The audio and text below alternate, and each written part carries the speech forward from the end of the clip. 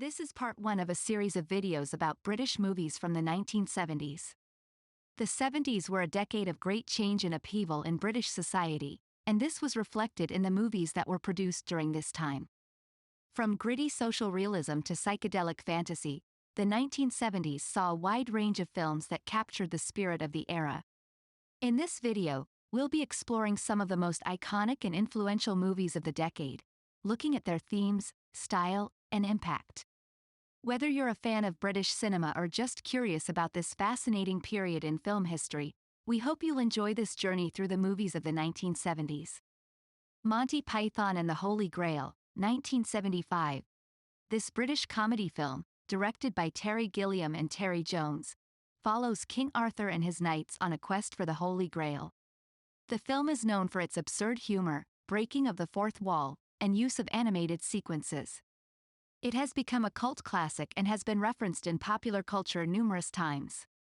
Life of Brian, 1979. Another Monty Python film, this one centers around Brian Cohen, who is mistaken for the Messiah in Judea during biblical times. The satire pokes fun at organized religion and religious fanaticism. Despite controversy surrounding its release due to accusations of blasphemy, it was well received critically and commercially. The Wicker Man, 1973. This horror movie stars Edward Woodward as Sergeant Howie investigating a missing child on the remote Scottish island of Summerisle. He soon realizes that the inhabitants practice pagan rituals that involve human sacrifice. The film has become a cult classic due to its eerie tone and unsettling ending. The Message, 1976.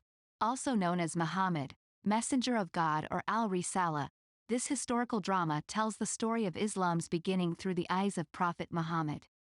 Directed by Mustafa Akkad with Anthony Quinn playing Hamza ibn Abdul Muttalib, it was one of Hollywood's first big-budget films featuring an all-Muslim cast with no depictions shown about either Prophet Muhammad or his family members themselves so as to avoid any disrespectful portrayal by non-Muslim actors.